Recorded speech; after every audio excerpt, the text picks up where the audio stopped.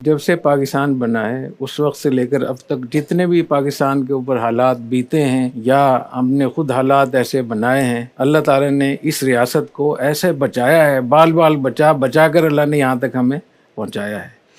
اس لیے اس کو بجا طور پر مملکت خداداد کہا جاتا ہے کہ اللہ کی دی ہوئی نعمت ہے، اور بہت سارے قرائن سے معلوم ہوتا ہے اللہ تعالیٰ کے جو ہمارے پر جو احسانات ہیں، یہ ملک انشاءاللہ باقی رہے گا، انشاءاللہ اور انشاءاللہ اسی ملک کے جو لوگ ہیں یہ غزوہ ہند بھی کریں گے، اور یہی لوگ حضرت عیسیٰ اسلام کے ساتھ بھی انشاءاللہ اپنے جہاد میں حصہ لیں گے۔ آپ دیکھیں جب پاکستان بنا تو اس کے بعد کس حالت میں پاکستان کے پاس نہ بجٹ تھا، نہ ہوائی جہاز تھے، نہ طیارے تھے، نہ ہمارے ہاں وہ جو وسائل ہوا کرتے ہیں کسی ملک کو چلانے کے لیے، لوٹے پیٹے لوگ ایسے ہی آ گئے تھے۔ تو اللہ نے کیسے اس ملک کو بچایا، جبکہ جو ہمارا پڑوسی ہے وہ ہم سے پتہ نہیں کتنے گنا زیادہ ہے، جنگیں بھی ہوئیں، ملک ٹوٹا بھی، اس کے باوجود اللہ تعالیٰ نے اس ملک کو نہ صرف بچایا بلکہ اس کو اللہ تعالیٰ نے ایک اسلامی آئین عطا فرمایا۔ تو شاید دنیا میں واحد ملک ہے پاکستان جو پاکستان کا آئین اسلامی ہے، اور جس کی بنیاد قرآن و سنت ہے۔ قرآن و سنت کا لفظ اتنا عموم ہے اس میں کہ آپ پوری امت مسلمہ کی قیادت کر سکتے ہیں ہماری آئین کے روح سے۔ پھر آپ دیکھیں کہ سب سے بڑا فتنہ انگریزوں کے آنے کے بعد وہ ختم نبوت کے خلاف جو انہوں نے قادیانیوں کو اٹھایا اور اتنا بڑا انہوں نے ایک فتنہ برپا کیا، اس فتنے کو ختم کرنے کے لیے کتنی کوششیں ہوئیں، اس میں بھی اللہ نے پاکستان کو منتخب کیا۔ سب سے پہلا فیصلہ اس میں پارلیمنٹ میں صرف مولوی یا علماء مفتی نہیں تھے، سارے لوگوں نے مل کر ان کو غیر مسلم ان کو قرار دیا۔ جی بالکل، تو ایک بہت بڑا کام یہ ہوا۔ پھر دیکھیں کہ دنیا جیسی تبدیل ہوئی اور دنیا میں طاقت کا توازن تبدیل ہوا، اور طاقت افراد سے لے کر مشینوں پر چلی گئی، اور پھر مشینوں سے آگے ٹیکنالوجی اور سائنسی چیزیں اور ایٹمی اس کے اوپر، تو اللہ تعالیٰ نے پھر ہمیں ایٹمی قوت بھی ہمیں عطا فرمائی۔ اور کس حال میں اللہ نے ہمیں ایٹمی قوت ہمیں عطا فرمائی کہ ہمارے ہاں نہ کوئی سوئی بنانے والا تھا نہ کوئی، لیکن اس میں یہاں اللہ نے ایسے حالات پیدا فرمائے۔ یہ بھی اس کی علامت ہے کہ یہ مملکت خداداد ہے، اور جو لوگ اس کو خراب کرنے کی کوشش کر رہے ہیں وہ جھک مار رہے ہیں۔ اسی طریقے سے پھر آپ دیکھیں کہ سوویت یونین نے چڑھائی کی افغانستان میں، 17 ملک انہوں نے ہڑپ کیے، 18 ملک افغانستان تھا اور 19واں ملک پاکستان تھا۔ وہ اصل میں افغانستان تو ٹھکانہ تھا، اصل تو پاکستان نشانہ تھا، اور وہ ان گرم پانیوں تک وہ آنا چاہتے تھے۔ اور اس وقت میں پاکستان کی حالت کیسی تھی، تو اللہ تعالیٰ نے ایسے لیڈر ہمیں عطا فرمائے، جنرل ضیاء الحق مرحوم جیسے لوگ، جنرل حمید گل جیسے لوگ، کہ انہوں نے اس وقت میں اتنے بڑی سیلاب کو روکا۔ اور یہ جو لوگ کہتے ہیں کہ امریکہ کے لیے جنگ ہوئی، میں کہتا ہوں کہ یہ بہت بری بات ہے، بہت برا لفظ ہے۔ یہ 16 لاکھ لوگ شہید ہوئے، تو کیا امریکہ کے لیے لوگوں نے شہادتیں دی تھی؟ وہ پاکستان کی اپنی سلامتی تھی۔ تو اس وقت میں جو اللہ نے اتنے بڑے سیلاب کو روکا، اور نہ صرف یہ کہ پاکستان محفوظ ہوا بلکہ افغانستان سے بھی واپس ہو گئے اور 17 ملک آزاد ہو گئے۔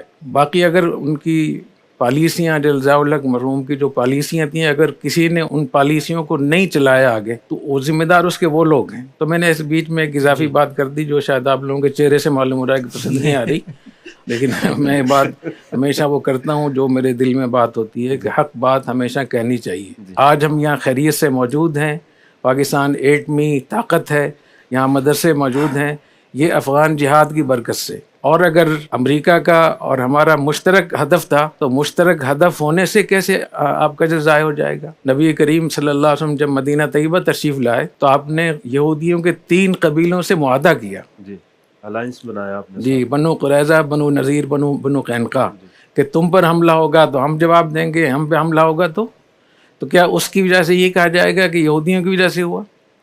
اور جو حقائق اور تاریخ ہیں، چونکہ ہم لوگ تاریخ پہ تو نہ ریسرچ کرتے ہیں نہ تاریخ کو، ہم تو فیس بک پہ لگے رہتے ہیں نا۔ امریکہ تو 2 سال کے بعد شریک ہوا، یہ تو سب سے پہلے ہمارے یہاں کے لوگوں نے ہمت کی۔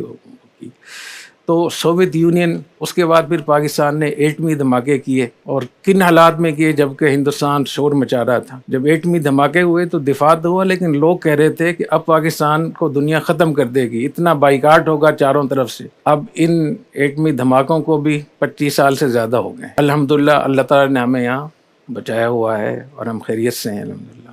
جو پاکستان میں دین کی ایک ماشاءاللہ بہار ہے، یہاں مدارس ہیں، مختلف دینی جماعتیں ہیں، ان کو آزادی حاصل ہے اور تبلیغ کا کام ہو رہا ہے، مختلف لوگ درس قرآن پہ کام کر رہے ہیں، اتنا بڑا سیٹ اپ ماشاءاللہ دنیا میں کہیں بھی نہیں ہے۔ قرآن مجید کی خدمت جتنی پاکستان میں ہو رہی ہے شاید دنیا میں کہیں ہو رہی ہو۔ اس کے ساتھ ساتھ پاکستان کی سلامتی کے حوالے سے جو افواج کی بات ہے، میں پھر اس کو دوبارہ ایک دہرانا چاہوں گا، کیونکہ اس وقت میں جو سب سے بڑا نشانہ ہمارا ہے وہ ہماری افواج ہے۔ آپ نے یوتھ کی بات کی ہے، تو بوڑھے ہوں، بزرگ ہوں، جوان ہوں، تو میں اس پہ بہت زیادہ زور دینا چاہتا ہوں کہ اس ملک کی قدر یہ ہے کہ اس ملک کی سلامتی کا ہم خیال رکھیں، اس کو اپنا گھر سمجھیں۔ جب آپ اس کو اپنا گھر سمجھیں گے تو آپ فرق کریں گے اداروں میں اور افراد میں۔ آپ کے گھر میں بچے خراب بھی ہوتے ہیں لیکن گھر کو آپ گھر سمجھتے ہیں، اس کی غلطیوں کو، جو خرابیاں ہوتی ہیں گھر کی، ان کو چوک و چوراہوں پہ تو نہیں بیان کرتے۔ تو اگر ہمارے ملک میں کچھ لوگ خراب ہیں، کچھ کام خراب ہے، تو اس کا مطلب یہ نہیں کہ آپ دنیا بھر میں اس کو آپ لوگوں کو بتائیں کہ ہم ایسے ہیں، ہم ایسے۔ تو ایک تو ہمیں اس کا ہمیں خیال رکھنا چاہیے کہ ہم اس کو اپنا گھر سمجھیں اور اس کو آن کریں۔ حب الوطنی، جب تک آپ کو اپنے گھر سے محبت نہیں ہوگی اور اس وقت تک آپ اپنے گھر کی حفاظت نہیں آپ کر سکتے۔ دوسری بات یہ کہ جو اپنے گھر کی حفاظت کرتا ہے، اگر حملہ ہو جائے تو پھر آپ کیا کرتے ہیں؟ پھر سارے اپنے اختلافات کو بھلا کر اپنا دفاع کرتے ہیں۔ اس وقت میں جس قسم کی جنگیں مسلط ہیں ہمارے اوپر اور رات دن ہم دیکھ رہے ہیں، تو ہم سب کو اس پہ، نوجوانوں کو بھی اس پہ غور کرنا چاہیے۔ نوجوان تو ملکوں کو بحرانوں سے نکالتے ہیں، دلدلوں سے نکالتے ہیں۔ ظاہر ہے کہ کیا بوڑھے لوگ آئیں گے اس ملک کو مصیبتوں سے نکالنے کے لیے؟ کیا قبروں سے مردے اٹھ کر آئیں گے؟ کیا چھوٹے چھوٹے بچے، دودھ پیتے بچے اس مسئلے کو حل کریں گے؟ تو نوجوان ہی ہے نا۔ ہر قوم کا اصل سرمایہ اثاثہ وہ نوجوان ہوتے ہیں۔ ہمارے نوجوانوں کو چاہیے کہ وہ عقل کریں، سوچیں اور اپنی ذمہ داری کا احساس کریں۔ وہ فیس بک پہ، یوٹیوب وغیرہ پہ بیٹھے ہوئے ہیں اور بغیر سوچے سمجھے جو کچھ ان کے دماغ میں آ رہا ہے اس کو وہ کر رہے ہیں، اور جو کہیں سے ان کو کچھ چیزیں مل رہی ہیں، چاہے وہ دشمن، اسلام کے دشمنوں سے مل رہی ہوں، پاکستان کے دشمنوں سے مل رہی ہوں، ان کو شیئر کرنے سے بہت احتیاط کریں۔ تو یہ سوشل میڈیا کا جو استعمال جس بے رحمانہ طریقے سے استعمال ہو رہا ہے، اس کو بہت اس میں احتیاط کریں۔